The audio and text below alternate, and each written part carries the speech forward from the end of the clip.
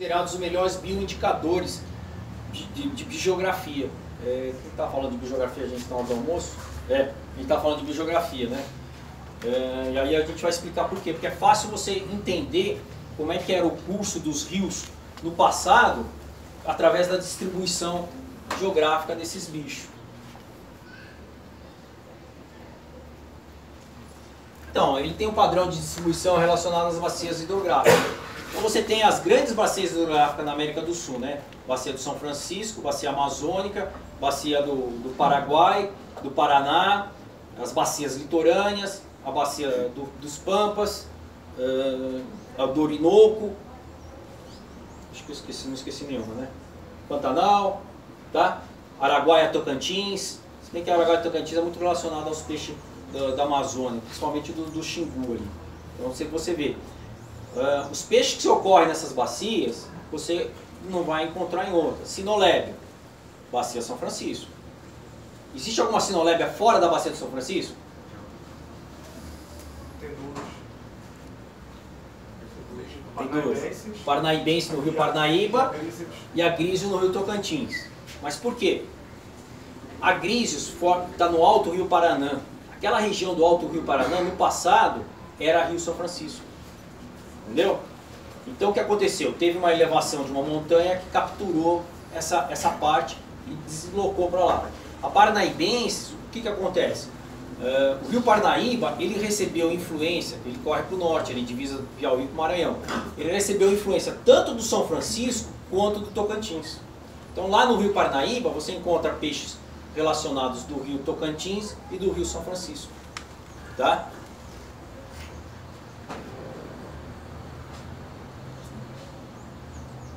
Movimentos tectônicos são aqueles que eu estou te falando. Às vezes você tem uma elevação de uma cadeia de montanha que faz a captura de algum córrego, de algum rio, que faz alguma alteração na distribuição dos bichos.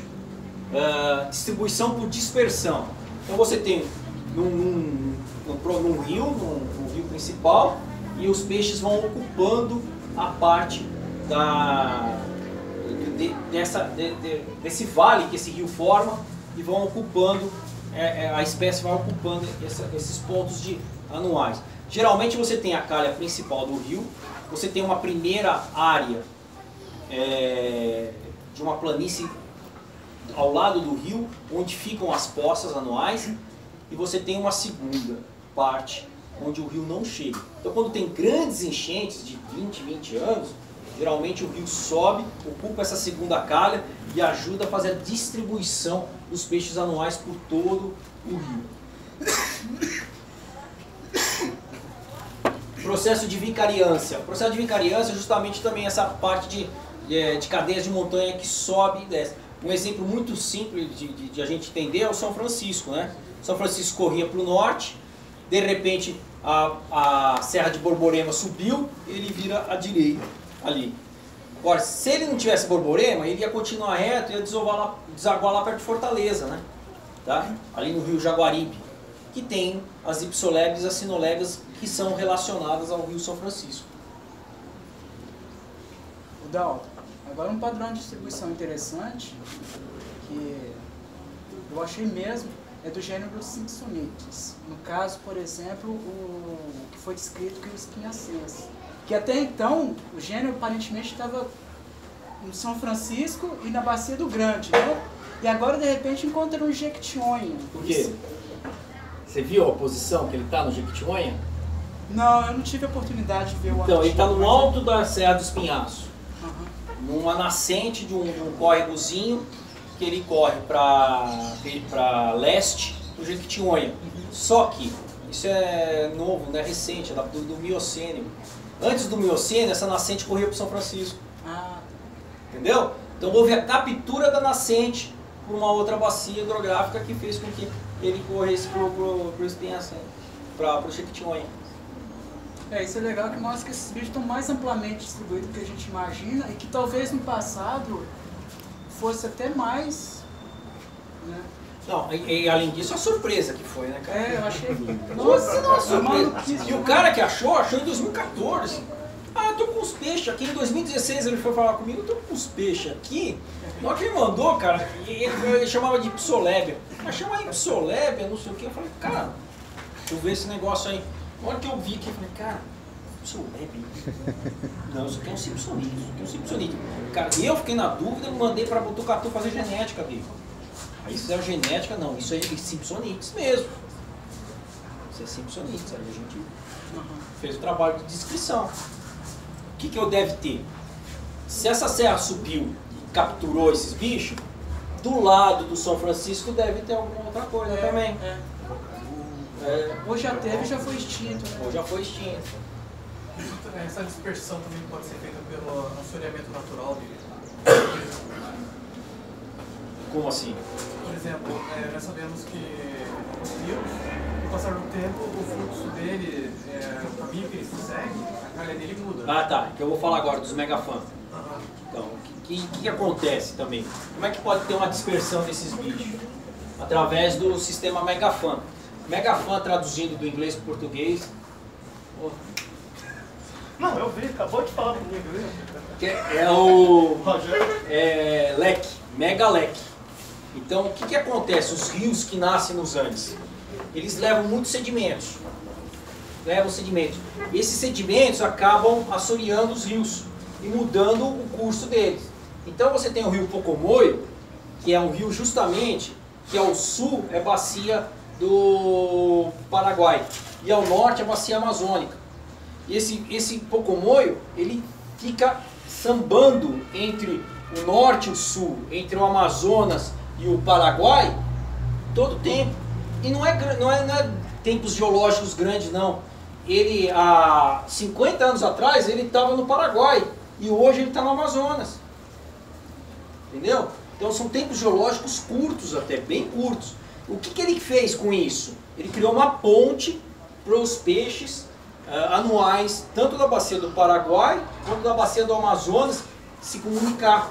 Tanto é que a gente achou austrolébias na Amazônia.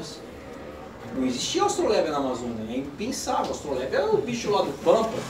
A gente achou. Austrolébia zacrose, estava lá. E achamos que espectrolébias, que esses espectrolébias é amazônica. No Paraguai, espectrolébias chacoense. Entendeu? Então, existem essas coisas de distribuição que a gente pode começar a trabalhar. Não só os peixes anuais, como a pistograma, como curidoras, como suliliformes, também fizeram esse contato com esses megafãs. Existem aqui na Cordilheira dos Andes 3 megafãs. Tá? Existe também alguns megafãs lá na Índia, lá no Himalaia. Vou fazer uma pergunta aqui. Aproveitando o gancho. Fácil, hein? Não, tranquilo. A gente tem aquela... Eu vou lembrar agora o gênero. A Rucununi. Não é o Oxofurus, é o... A Xóvia não. São os venezuelanos. Mas ela está no rio Rucununi, que está na Guiana, que por sua vez é um afluente do Rio Branco, que está na Amazônia, está fora do Orinoco. Mas ali teve a mesma coisa, que foi uma captura provavelmente do Orinoco. Uma captura de um rio que corria para o Orinoco. Quando você vê peixes que são de uma bacia, mas você encontra na beira dessa bacia, tem um Melanurhivus agora que eu estou trabalhando, ele dá num lugar que é a bacia do Xingu, mas é muito alto a bacia do Xingu. E 500 metros para frente é a bacia do Araguaia. Então a divisão está aqui, né? Ele está aqui do lado. Mas só que ele é mais relacionado aos bichos do Araguaia do que dos bichos do Xingu. Então provavelmente essa nascente onde a gente encontrou ele fazia parte durante muito tempo da bacia do Araguaia. E alguma movimentação tectônica desviou essa nascente para o Xingu. Acontece isso muito na África com os bichos aqui do Congo. Você tem uma... É que lá tem uma área alta, mais plana. E você tem umas nascentes que correm para cá e correm para cá. Só que aqui nesse topo, quando dá grandes enchentes, elas se misturam. Que acontece no Parque Nacional das Águas Emendadas, em Brasília. Que ali você tem as nascentes do Tocantins e as nascentes do Paraná. ali junto. E às vezes nas enchentes elas se misturam ali. E ali tem melanorhibos. E se a gente for um pouquinho mais longe e trabalhar com essa questão da, como você está explicando aí, tem a questão da pituna que está na bacia do Paraná, que é a Brevilostrata, que é a única pituna que está fora do sistema amazônico. Né? Provavelmente foi uma captura também. É. Sistema amazônico, tá certo. Porque as pitunas lá, a Xindra do Parnaíba, Tá no Parnaíba. mas o Parnaíba é sistema amazônico ainda. Você tem uma totalmente fora, né? Que é a Brevilostrata. E aí tem aquela Mas não é o padrão, existem essas exceções que a gente está comentando. O padrão é Sinoleva encontrando São Francisco, Austrolepias nos Pampas, né? Maratecoara, Araguaia, Tocantins e Xingu. Né? Alguns bichos até fazem parte de mais de outro grupo. Né? Você aí achar. Na verdade, você está colocando as exceções. E o porquê delas, né? Tá? Se existe um padrão de distribuição, tá? Eu não vou encontrar leptolebias no São Francisco. Né? Leptolebias é do litoral. Tá? Mas existe, mas tem Simpsonides fora, tem uma Austrolebia fora. Tem um porquê delas estarem fora. Né? Existe um porquê. Mas nunca vai estar totalmente deslocada. Né? Ela vai estar sempre relacionada. É uma relação dela. Tá?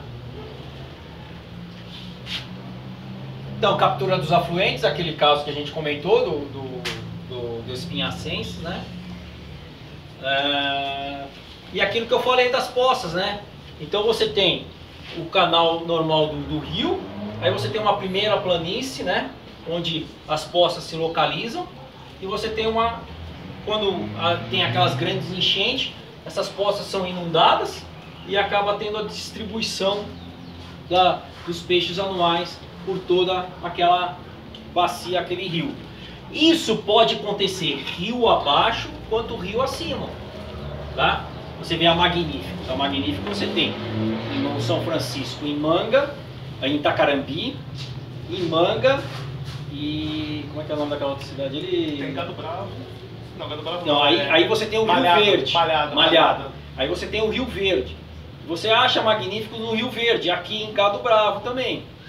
Então quer dizer, se ela é originária do São Francisco, ela se distribuiu nessa região, ela conseguiu também chegar aqui. Ou vice-versa, com a Real Neg também.